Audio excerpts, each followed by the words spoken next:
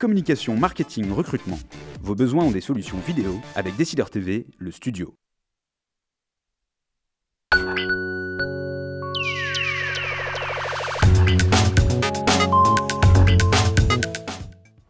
Bonjour et bienvenue à Décideur Politique, l'émission du JDD.fr et de Décideur TV. Nous recevons aujourd'hui Yamina Benguigui. Bonjour Madame la Ministre. Bonjour. Vous êtes déléguée à la francophonie, élue au Conseil de Paris. Avec vous, nous allons bien sûr évoquer le sommet pour la paix et la sécurité en Afrique qui se tient à Paris, ainsi que les élections municipales où vous serez candidate aux côtés d'Anne Hidalgo. Et puis comme chaque semaine avec Caroline Vigoureux. Bonjour. Bonjour. Elle a scruté le web pour savoir ce qu'on dit de vous sur les réseaux sociaux. Mais commençons d'abord par l'événement de cette fin de semaine. Paris accueille le sommet pour la sécurité et la paix en Afrique. Après la guerre au Mali, l'intervention il n'y a pas si longtemps en Côte d'Ivoire et peut-être demain en Centrafrique, la France se fait finalement plus que jamais le gendarme de l'Afrique. Est-ce qu'il n'y a pas un peu une contradiction dans les termes sécurité, paix ? Non, là je pense que la France est aux côtés des Africains. Le Mali avait demandé la présence de la France en tant qu'allié et pays ami. Là, en l'occurrence, pour la Centrafrique, c'est une situation qui n'a rien à voir avec le Mali et qui est plutôt une situation d'urgence humanitaire face à un État qui est en train de se déliter. Donc, il y a une situation d'urgence. Nous avons été interpellés, nous, ministère de la Francophonie déjà, depuis 6 mois, sur des viols perpétrés, des nourrissons qui mouraient, des bandes de sauvages vraiment qui tuaient, pillaient. Donc aujourd'hui, c'est plutôt une mission. La France est appelée aux côtés de l'Union africaine, aux côtés, donc elle ne sera pas seule, parce qu'il y a la MISCA aussi. Ça fait déjà plusieurs mois que l'Afrique s'organise pour avoir aussi des troupes africaines. Et je pense que demain, il y aura aussi les troupes européennes. Donc c'est une autre mission. Donc je ne pense pas que ce soit tout à fait France gendarme, mais plutôt France pays allié des États africains. Et vous évoquez les raisons humanitaires, mais est-ce qu'il n'y a pas d'autres intérêts qui poussent Paris à agir en Centrafrique ? Là, la raison, elle est vraiment humanitaire. Elle est vraiment... je crois que c'est un conflit sans image. C'est un conflit de la Centrafrique. Moi, je sais qu'il y a quelques mois, je vous parlais de la Centrafrique, on a essayé d'interpeller les médias. On a reçu plusieurs groupes de femmes. On a essayé d'appeler des médias pour dire « écoutez-les ». Mais les journalistes nous répondaient « ah non, la Centrafrique, on est déjà sur le Mali ». Enfin, c'est ce qu'on nous renvoie à l'image. Donc aujourd'hui, la situation, elle est terrible. Terrible, terrible. Il y avait 480 hommes, soldats français, qui protégeaient un peu l'aéroport et les résidents français. Mais aujourd'hui, la situation est tragique. Alors, est-ce qu'il n'y a pas un paradoxe pour la France, l'opposition notamment, en parle souvent, qui intervient militairement de plus en plus souvent sur les théâtres extérieurs, et en même temps qui voit son budget de la défense se réduire? Est-ce que la France a encore les moyens de ses ambitions, notamment en Afrique? Bon, déjà, la France n'est pas encore intervenue là, en Centrafrique. Elle attend la résolution du Conseil de sécurité des Nations Unies. Ça devrait arriver demain ou après-demain. Donc ce sera suite à cette décision que la France se prépare à. Maintenant, c'est une intervention ponctuelle. Et votre question, excusez-moi? C'est-à-dire qu'en fait, est-ce qu'il n'y a pas un paradoxe? C'est-à-dire que la France, finalement, les États africains font appel à la France, et en même temps, nous, en France, pour des raisons budgétaires, on a le budget de la défense qui se réduit. Est-ce que la France a encore les moyens d'intervenir dans tous les pays où on lui demande? C'est le cas en Afrique, le Mali actuellement, peut-être le RCA demain. Est-ce que c'est... En tout cas, elle n'est pas seule. Elle se doit. Le Mali, je pense que le président de la République et le gouvernement français s'est longuement expliqué sur la présence de la France au Mali. C'est aussi une nouvelle donne dans l'échiquier politique, géopolitique On voit les conséquences des révolutions arabes, on voit les conséquences de ce qui s'est passé en Libye, qui est à part des révolutions, et qu'aujourd'hui, il y a un nouveau regard, une nouvelle vision, d'où le thème.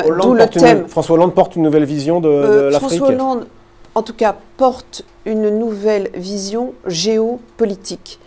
Elle est différente, on est à un carrefour. On le voit, on voit ces djihadistes, on voit qu'on a plus affaire on a des guerres aujourd'hui qui sont ce sont des guerres face à des pirates djihadistes. Enfin, on l'a vu au Mali, par exemple. On n'a pas affaire à un pays ennemi, on n'a pas un ennemi qui attaque un autre ennemi. Tout a changé en très très peu d'années. Et là, je pense que le président Hollande a su très très rapidement, parce qu'il n'était pas suivi, hein, rappelez-vous ce qui s'est passé pour le Mali. Pour le Mali, oui. Et aujourd'hui, je crois qu'aucun État africain ou aucun pays européen pourrait reprocher la décision du président Hollande. Maintenant, le président Hollande n'est pas seul, il y a l'Europe derrière et il y a l'Afrique. Les États africains se sont organisés. La MISCA, c'est tant de Burundais, ce sont des Tchadiens, ce sont des Camerounais, il y a des Togolais. Donc aujourd'hui, bien au contraire, on est en train d'assister, c'est assez nouveau, c'est l'Afrique aux côtés de l'Europe, et plus particulièrement aux côtés de la France. Alors venons-en au municipal. Vous serez candidate aux côtés d'Anne Hidalgo, plus précisément dans le 10e arrondissement, sur la liste conduite par Rémi Féraud. Alors pourquoi ce changement d'arrondissement d'abord? Parce que vous êtes sortante, vous étiez élue dans le 20e. Certains parlent même d'un parachutage, même si effectivement changer d'arrondissement. Mais en tous les cas, votre candidature... En plus, changer d'arrondissement, 20e et 10e, c'est... Nous avons toujours Belleville en fleuve virtuel. Non, d'abord, Paris n'a pas de frontières internes. Paris, c'est Paris. Je n'ai pas... c'est comique de parler de parachutage. Enfin, ce sont des mots... je suis toujours à Paris. Je suis à Paris depuis 2001. J'étais déjà engagée aux côtés de Bertrand Delanoë, sur des questions qui sont des questions d'enracinement. Moi, comme vous le savez, je suis une cinéaste. Je suis une cinéaste engagée. Je n'ai jamais caché l'importance de l'engagement, que j'ai beaucoup appris aux côtés de Daniel Mitterrand pendant 10 ans. Ensuite, j'ai trouvé mon outil, qui était le cinéma, pour dire. Et c'est vrai qu'avec la politique, on peut agir. Et dès 2001, j'ai entrepris le maire Bertrand Delanoë sur les questions, par exemple, de la mort. Oui. Les questions de est-ce qu'on peut avoir des cimetières pour pouvoir enterrer la génération qui est en train de partir. Des questions toutes simples. Le 20e, le 10e, je continue. C'est avec les mêmes composantes. Ce sont aussi des Français, des Parisiennes, des Parisiens issus de l'immigration. Et je ne pense pas... voilà. Caroline. Dans les sondages, Anne Hidalgo fait la course en tête. Qu'est-ce qui, selon vous, pourrait faire perdre la gauche à Paris? Elle ne perdra pas. Vous en êtes sûre? Oui. Elle ne perdra pas parce que Paris a une identité, Paris est c'est un territoire de confiance. On est, vous savez, on ne naît pas parisien, on le devient. Mais pas forcément de gauche. Non, mais Paris, on a vu la politique de la droite à Paris. On en a encore des échos partout. Je crois que c'est un territoire ancré à gauche, évidemment, qu'il y a aussi des arrondissements à droite qui cohabitent assez bien. Et je pense que la figure de proue qui est Anne Hidalgo, que j'ai vue au quotidien, pendant 5 ans. C'est encore une fois une femme qui a Paris chevillé au cœur. Et vous parliez des femmes, vous parliez d'Anne Hidalgo. Pour l'instant, c'est Nathalie Kosciusko-Morizet, hein, pour l'instant, et même jusqu'au printemps prochain, la candidate de la droite. Elle a du mal à percer actuellement, on sent qu'elle est dans une mauvaise passe. Est-ce que Rachida Dati aurait été, selon vous, une meilleure candidate? Je ne peux pas répondre à cette question parce que je sais ça. C'est quand même la candidate, on a compris. Mais Rachida se serait bien battue. Je pense que Rachida a des qualités pour mener un combat. Et plus que NKM, selon vous? Je ne dirais pas ça. NKM a d'autres arguments. Elle l'a dit elle-même, elle est une tueuse. Alors. Donc on est entre chasseurs. Oui, elle l'a dit. Elle l'a dit. Je ne vais pas. Interview à la presse anglo-saxonne. Alors, juste pour terminer, avant de donner la parole à Caroline, il y a une banalisation, il y a un débat sur la banalisation de la parole raciste, hein, sur la montée dont on dit qu'elle serait à nouveau à la hausse. Ça intervient tout ça au moment de la marche des beurs, c'était il y a 30 ans. Est-ce que vous ne trouvez pas que le gouvernement était un peu discret sur la commémoration de cet événement, 83 ? Est-ce qu'on en a fait assez, pas assez ? Écoutez, déjà, cette marche, elle appartient à la société civile. Et il faut rappeler les conditions dans les années 80, enfin, dès les années 60, au lendemain de la décolonisation, et plus particulièrement de l'Algérie, on a un racisme qui est très présent en France. C'est dû à l'histoire. Le retour d'1 million de pieds noirs, etc. Le racisme a toujours été présent pour toutes les histoires que nous venons d'évoquer, mais il était invisible, pernicieux, jusqu'au moment de la marche des beurs, quand il y a eu cette volonté de ces jeunes de marcher, de dire plus d'égalité, plus de racisme. Ça s'est passé au moment où on a perdu Dreux. C'est quand même, c'est au moment de la désindustrialisation. Ouais. On remet aussi le chômage sur l'autre, l'étranger. On est dans une mutation de la société et l'on voit comme aujourd'hui, à un moment donné où le racisme était présent, mais encore une fois invisible. La marche, qui est une marche pacifique, va nous donner beaucoup d'espoir à nous. Vous me posez la question à ce moment-là. Effectivement, pour nous... Alors, on avance, Madame Benguigui. Caroline, qu'est-ce qu'on dit de Madame la ministre? Alors, sur la toile, sur Facebook comme sur Twitter, votre look, votre image est très commentée. Vous êtes un peu à part dans le monde politique. Est-ce que vous le ressentez comme tel? D'accord. Alors moi, je vais juste vous répondre à vous.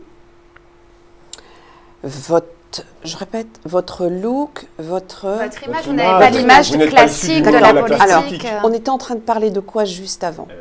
Excusez-moi. La marche. Je suis désolée. Oui. Juste ce que vous êtes en train de me dire là, c'est que normalement, avec mon histoire, je n'ai rien à faire, ni... Non, je parle pas du tout Non, de c'est votre pas histoire, vous, c'est pas vous que j'ai... Non, mais je m'adresse à vous, oui, vous m'adressez. Mais... Je vous dis que ça répond, cette question-là, elle est insupportable. Elle va au-delà de mon look, de ce que ça dit quoi? J'ai les cheveux frisés?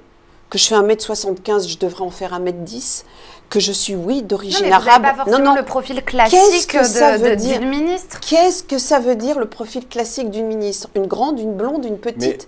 Non, parce qu'on parle, là on est en train de parler, hélas, on est en train de parler de préjugés. C'est vrai qu'il y a une image des politiques dans laquelle vous ne rentrez pas forcément. Non, mais qu'est-ce que ça veut dire? Qu'est-ce que ça veut dire rentrer? Donnez-moi juste un exemple et je vous dis si je rentre ou non, et ils ont raison.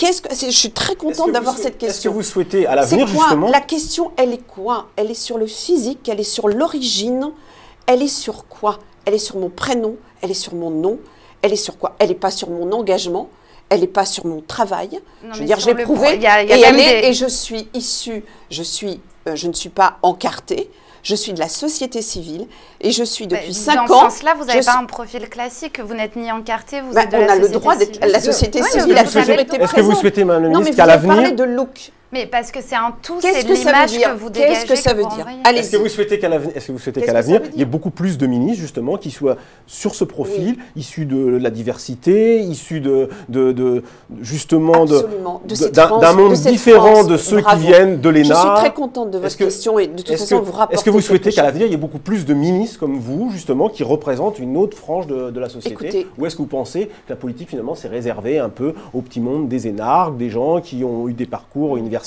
plus, on va dire, plus classiques ou qui sont représentatifs de cette partie-là de la France? Finalement, c'est un peu ça aujourd'hui la question qui vous est posée à travers, qui avait été aussi posée dans le gouvernement précédent pour d'autres personnalités. Alors là, nous le savons, nous n'utilisons pas tous ces mots, on ne va pas parler d'apartheid, d'invisible, etc.